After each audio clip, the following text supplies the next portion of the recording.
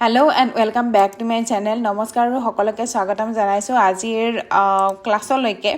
গতিকে অলৰেডি যেহেতু আপোনালোকে জানে যে ক্লাছবিলাক কৰি আছে আৰু যদি কোনোবা প্ৰথম ক্লাছত আহিছে তেতিয়াহলে মই কৈ দিও আমি এইচএস সেকেন্ড ইয়াৰ পলিটিক্যাল সায়েন্স কোৰ্সটো এইটো চেনেলত ষ্টাৰ্ট কৰিছো আপোনালোকে যেটো দ্বিতীয় বৰ্ষৰ ৰাজনীতি বিজ্ঞানৰ গোটেই যেটো সিলেবাস আছে গোটেইখিনি আপোনালোকে যেটো আমাৰ অসমৰ কলেজবিলাকত বা হায়াৰ সেকেন্ডাৰী খিনি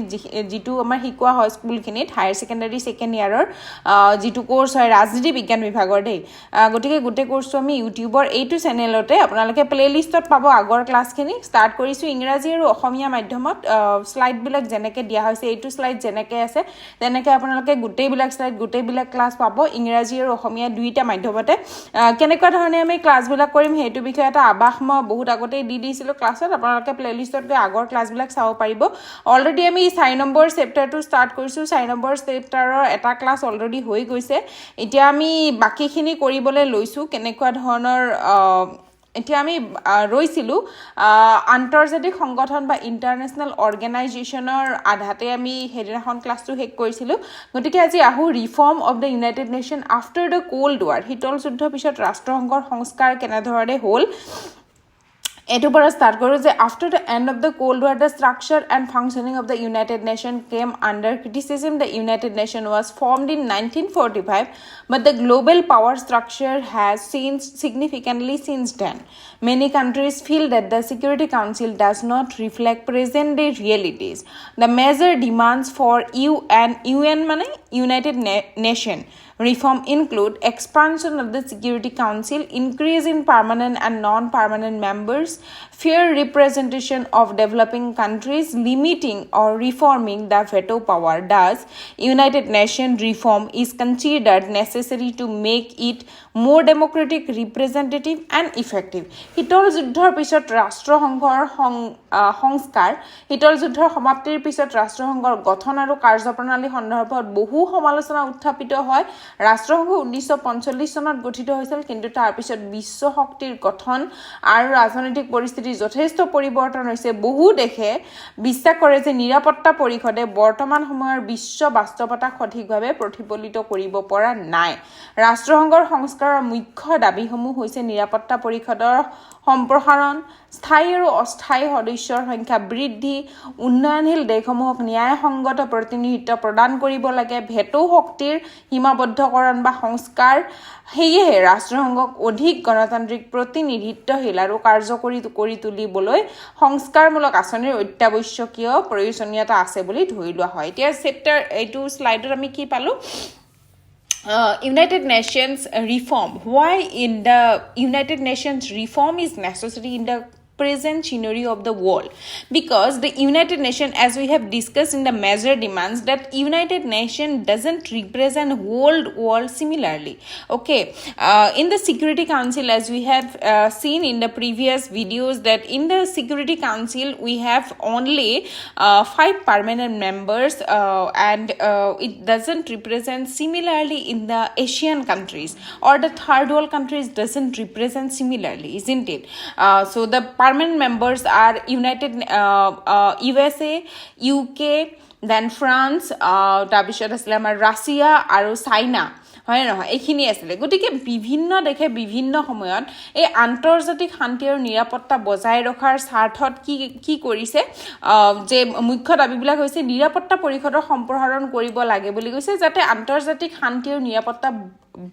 ৰক্ষা হয় গোটেই পৃথিৱীত কাৰণ কি বুলি জানো আমি যিখিনি থাৰ্ড ওয়াৰ্ল্ড কান্ট্ৰি বা তৃতীয় বিশ্বৰ দেশখিনিক আমি উন্নয়নশীল দেশ বুলি বহু সময়ত ক'ব খুজে বহুতে হয় নহয় উন্নয়নশীল দেশ অনগ্ৰসৰ দেশ হৈ আছে বৰ্তমানো অৰ্থনৈতিক স্থিতিটো এতিয়াও স্থিতাৱস্থাত আহি পৰা নাই কাৰণ তেওঁলোকে দ্বিতীয় বিশ্বযুদ্ধৰ পিছত যেতিয়া ৰাষ্ট্ৰসংঘৰ আৰম্ভণি হৈছিল তেতিয়া এই তৃতীয় বিশ্বৰ দেশখিনিয়ে বিশেষকৈ স্বাধীনতা লাভ কৰিছিল বিভিন্ন ধৰণৰ উপনিৱেশী শাসনৰ পৰা নিজকে মুক্তি লাভ কৰি স্বাধীন দেশ হিচাপে আৰম্ভণি কৰিছিল নিজৰ স্বকীয়তা গতিকে এই দেশখিনিৰ কো ৰিপ্ৰেজেন্টেশন বা প্ৰতিনিধিত্ব কৰাৰ এটা দায়িত্ব দিব লাগে বুলি বহুতে দাবী কৰি আহিছে গতিকে আমি দাবীবিলাক কি পালো যে expansion of the security council so নিৰাপত্তা পৰিষদৰ সম্প্ৰসাৰণটো এটা মুখ্য উদ্দেশ্য হৈ পৰিছে ইউএন ৰিফৰ্মৰ বিভিন্ন দেশে এটুক লৈ পেলাই আন্দোলন কৰি আছে increase in permanent and non permanent members গতিকে যিখিনি স্থায়ী সদস্য আছে স্থায়ী সদস্যখিনিৰ আমি কি পাওঁ ভেটো ক্ষমতা আছে ভেটো পাৱাৰটো আছে স্থায়ী সদস্যখিনিৰ কিন্তু যিখিনি নন পাৰ্মানেণ্ট মেম্বাৰ আছে ইণ্ডিয়াও বহু সময়ত নন পাৰ্মানেণ্ট মেম্বাৰ হৈছে ৰাষ্ট্ৰসংঘৰ বৰ্তমানলৈকে 8 বাৰ হৈছে non permanent member okay so এই নন পাৰ্মানেণ্ট মেম্বাৰ প্ৰতি 2 বছৰৰ মূৰে মূৰে সলনি হৈ থাকে আৰু তেওঁলোকৰ ভেটো পাৱাৰ নাথাকে গতিকে কি হৈছে increase in permanent and non permanent মেম্বাৰ্ছক লৈ পেলাই বহু সময়ত দাবী উত্থাপন হৈছে ৰাষ্ট্ৰসংঘৰ সংস্কাৰক লৈ পেলাই নেক্সটটো কি পাইছো আমি উন্নয়নশীল দেশসমূহক ন্যায়সংগত প্ৰতিনিধিত্ব প্ৰদান কৰিব লাগে এইটো মই অলৰেডি কৈ উঠিলে যে উন্নয়নশীল দেশ বা যিখিনি থাৰ্ড ওয়াৰ্ল্ড কান্ট্ৰিজ আছে তেওঁলোকৰ ইকনমিক স্থিতাৱস্থাটো এতিয়াও আহি পৰা নাই বা ৰাজনৈতিকভাৱে বহুখিনি অস্থিৰতা দেখা হৈছে আমি আগৰ ক্লাছত পঢ়িছিলো হয় নহয় সাউথ এছিয়াৰ বিষয়ে পঢ়োতে দক্ষিণ এছিয়াৰ সমসাময়িক অৱস্থাৰ বিষয়ে পঢ়োতে আমি পঢ়িছিলো যে কি হৈছে দক্ষিণ এছিয়াৰ যিখিনি দেশ আছে পাকিস্তানে হোক আফগানিস্তানে হোক ভাৰতক বাদ দি বাকীখন দেশৰ ৰাজনৈতিক স্থিতাৱস্থাটো হৈ উঠিব পৰা নাই মাজে মাজে কি হৈছে গণতান্ত্ৰিক দেশলৈকে পৰিৱৰ্তন হৈছে মাজে মাজে কি হৈছে গণতন্ত্ৰক তেওঁলোকে আকোৱালি লৈছে মাজে মাজে কি হৈছে অথৰিটেৰিয়ান ষ্টেটলৈকে আকৌ পৰিৱৰ্তন হৈছে এতিয়া শ্ৰীলংকাৰ কথা ক'ব গ'লে চিভিল ৱাৰ বা গৃহযুদ্ধ এতিয়াও চলি আছে বুলি ক'ব পাৰি বহু সময়ত হয় না গতিকে ৰাজনৈতিক স্থিতাৱস্থাটো আহি পৰা নাই আৰু ৰাজনৈতিক স্থিতাৱস্থা এটা কেতিয়ালৈকে নাহে যেতিয়ালৈকে অৰ্থনৈতিকভাৱে স্থিতাৱস্থা নাহে এখন দেশৰ যেতিয়ালৈকে মানুহখিনি শিক্ষিত বা সাক্ষৰতাৰ হাৰটো উন্নত হৈ নহয় জনমূৰি আয়টো অধিক নহয় তেতিয়াহ'লে নাহে গতিকে কি হৈছে fair representation of the developing countries বা উন্নয়নশীল দেশসমূহক ন্যায়সংগত প্ৰতিনিধিত্ব প্ৰদান কৰাটো এটা মুখ্য উদ্দেশ্য হিচাপে দেখা যায় ৰাষ্ট্ৰসংঘৰ সংস্কাৰৰ ক্ষেত্ৰত এটা দাবী হিচাপে দেখা পোৱা গৈছে লগতে ভেটো ক্ষমতা যিটো মোক অলৰেডি ক'লো যে 5 পাৰ্মানেণ্ট যিখিনি মেম্বাৰ আছে only the 5 permanent member has this veto power so dabi to kitu hisabat ahise that the demand has arrived from many parts of the world that this veto power should be reform কৰিব লাগে veto পাৱাৰটো আৰু ইণ্ডিয়াই আমাৰ বহুমত আমি এতিয়া ইণ্ডিয়াৰ বিষয়ে আহিম ইয়াৰ পিছত গতিকে ইণ্ডিয়াৰ বিষয়ত আহিলে আমি গম পাম যে ইণ্ডিয়াও বহুমত দাবী জনাই আছে লগতে জাপানেও দাবী জনাই আছে বিভিন্ন সময়ত গতিকে এইখিনি বিষয়ে আহিম এতিয়া আহো নেক্সট স্লাইডলৈকে united nation in a unipolar world একমেৰু বিশ্বত ৰাষ্ট্ৰসংঘৰ বিষয়ে আমি পঢ়ো after the end of cold war the world became unipolar with the united states emerging as the most powerful country in this situation the role of the united nations changed significantly although the United Nations continues to promote peace, security, and international cooperation as these are the main aim of United Nations. Its effectiveness is often influenced by powerful countries, especially the USA, United States of America. At times, United Nations decisions are set by the interest of dominant powers, which raises questions about its independence and neutrality. However, the United Nations still plays an important role in peacekeeping operation, humanitarian aid, development programs, and the protection of human rights. Thus, in a unipolar world, the United Nations remains relevant but faces challenges in acting independently. So, একমেৰু বিশ্বত ৰাষ্ট্ৰসংঘ শীতল যুদ্ধৰ সমাপ্তিৰ পিছত বিশ্ব একমেৰু হৈ পৰে য'ত America যুক্তৰাষ্ট্ৰ আটাইতকৈ শক্তিশালী দেশ হিচাপে উদ্ভৱ হোৱাটো দেখা গৈছে এনেকুৱা পৰিস্থিতিত ৰাষ্ট্ৰসংঘৰ ভূমিকা যথেষ্ট পৰিৱৰ্তন হৈ আহিছে সময়ে আমি দেখি আহিছোঁ যদিও ৰাষ্ট্ৰসংঘই শান্তি নিৰাপত্তা আৰু আন্তঃৰাষ্ট্ৰীয় সহযোগিতা প্ৰচাৰ অব্যাহত ৰাখিছে তথাপিও ইয়াৰ কাৰ্যক্ষমতা বহু সময়ত শক্তিশালী দেশসমূহৰ বিশেষকৈ আমেৰিকা যুক্তৰাষ্ট্ৰৰ প্ৰভাৱত অহা দেখা গৈছে কেতিয়াবা ৰাষ্ট্ৰসংঘৰ সিদ্ধান্তসমূহ প্ৰভাৱশালী দেশসমূহৰ স্বাৰ্থ অনুসৰি গঢ় লোৱাও দেখা গৈছে যাৰ ফলত ইয়াৰ স্বতন্ত্ৰতা আৰু নিৰপেক্ষতা সন্দৰ্ভত বিভিন্ন দেশে প্ৰশ্ন উত্থাপিত কৰিছে তথাপিও ৰাষ্ট্ৰসংঘই শান্তিৰক্ষা অভিযান মানৱিক সহায় বা মানৱীয় সহায় উন্নয়নমূলক কাৰ্যসূচী আৰু মানৱ অধিকাৰ সুৰক্ষাৰ ক্ষেত্ৰত গুৰুত্বপূৰ্ণ ভূমিকা বহন কৰি আহিছে এইদৰে একমেৰু বিশ্বত ৰাষ্ট্ৰসংঘ গুৰুত্বপূৰ্ণ হৈ থকাৰ পিছতো স্বতন্ত্ৰভাৱে কাম কৰাত কিছুমান প্ৰত্যাহ্বানৰ সন্মুখীন হোৱা দেখা গৈছে কাৰণ কি এই প্ৰত্যাহ্বান শব্দটো কিয় আহিছে challenges faces many challenges why as we have already discussed that especially the USA influence many times the United Nations okay so এটা প্ৰথম কথাটো হৈছে এইটো স্লাইডৰ ইউনিপোলাৰ ৱৰ্ল্ড বুলি ক'লে কি বুজিম আমি ইউনিপোলাৰ একমেৰু বিশ্ব অৰ্থাৎ একমেৰু বিশ্ব বুলি ক'লে এইটো বুজা যাব যে যেতিয়া দ্বিতীয় বিশ্বযুদ্ধৰ শেষ হ'ল দ্বিতীয় বিশ্বযুদ্ধ শেষ হোৱা সময়খিনিক আমি বুজো শীতল যুদ্ধ বুলি শীতল যুদ্ধৰ সময়ত গোটেই বিশ্বখন দুটা ভাগত বিভক্ত হৈছিল এটা হৈছিল USSR এটা হৈছিল USA যেতিয়া শীতল যুদ্ধৰো অন্ত পৰিল তেতিয়া বহুতে কি ক'ব বিচাৰে গোটেই বিশ্বখন শীতল যুদ্ধ শেষ হোৱাৰ পিছত অৰ্থাৎ 1991 পিছৰ সময়ছোৱাক বহুতে ক'ব বিচাৰে গোটেই বিশ্বখন একমেৰু বিশ্বলৈকে পৰিৱৰ্তিত হৈছে বুলি ক'ব বিচাৰে য'ত অনলি ইউনাইটেড ষ্টেটছ বা আমেৰিকা যুক্তৰাষ্ট্ৰই প্ৰতিপত্তিশালী দেশ হিচাপে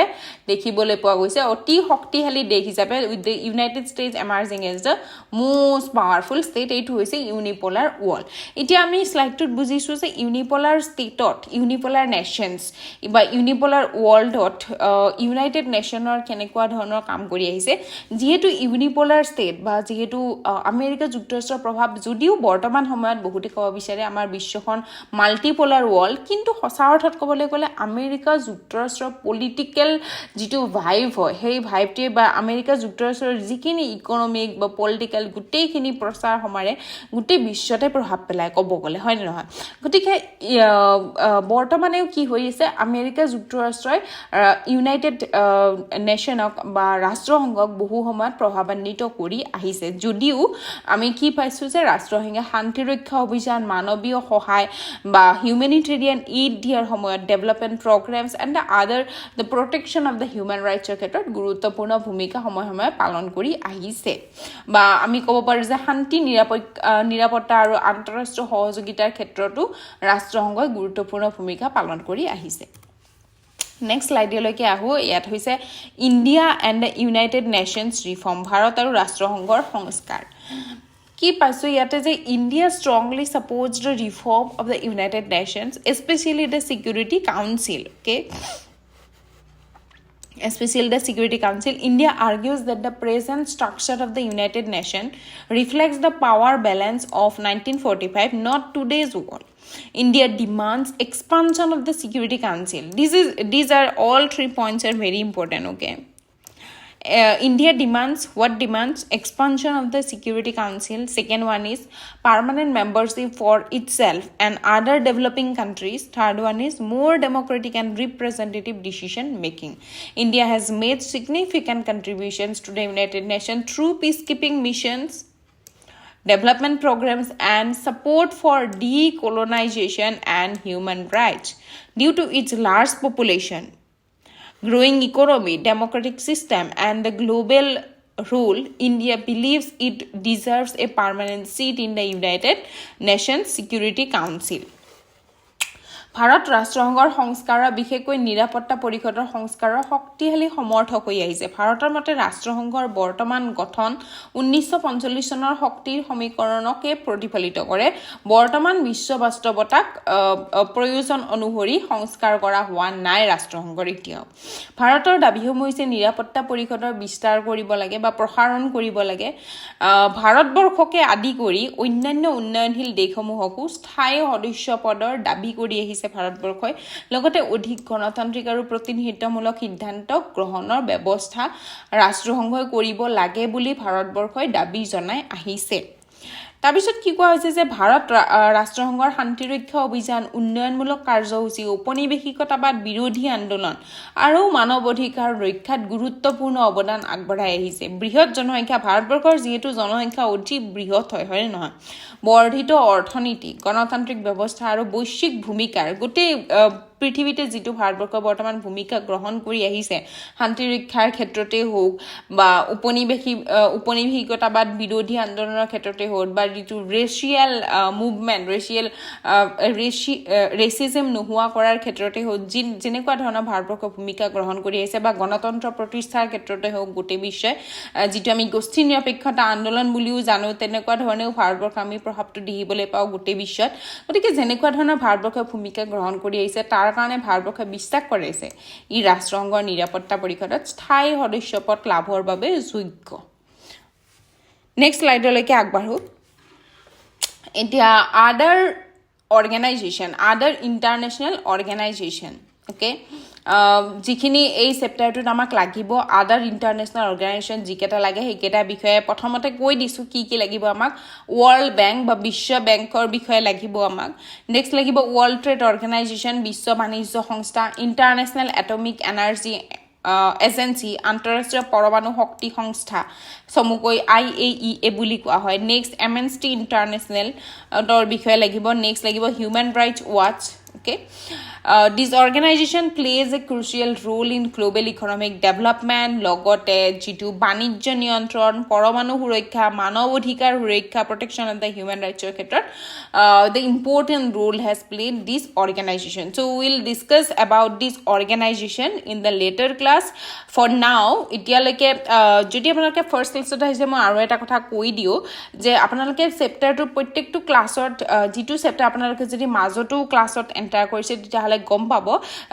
ক্লাছটোৰ একদম সন্মুখতে প্ৰত্যেকটো স্লাইডৰ একদম ওপৰত মই প্ৰত্যেকটো চেপ্টাৰৰ নাম লিখা আছে প্ৰত্যেকটো স্লাইডতে পাব চেপ্টাৰটোৰ নাম ওকে ওপৰত লিখা আছে চেপ্টাৰটোৰ নাম গতিকে চেপ্টাৰবিলাক অসমীয়া আৰু ইংৰাজী দুইটা মাধ্যমতে দিয়া হৈছে আপোনালোকৰ যদি কিবা প্ৰশ্ন থাকে তেতিয়াহলে আপোনালোকে সুধিব পাৰে এই চেপ্টাৰটো শেষ হোৱাৰ পিছত মই ইয়াৰে প্ৰশ্নবিলাকো আলোচনা কৰিম আৰু আপোনালোকৰ যদি কিবা নুবুজা আছে বা যদি প্ৰশ্ন আছে মোক কমেন্টত জনাব পাৰে গতিকে আজিলৈকে ইমানতে আহিছো ধন্যবাদ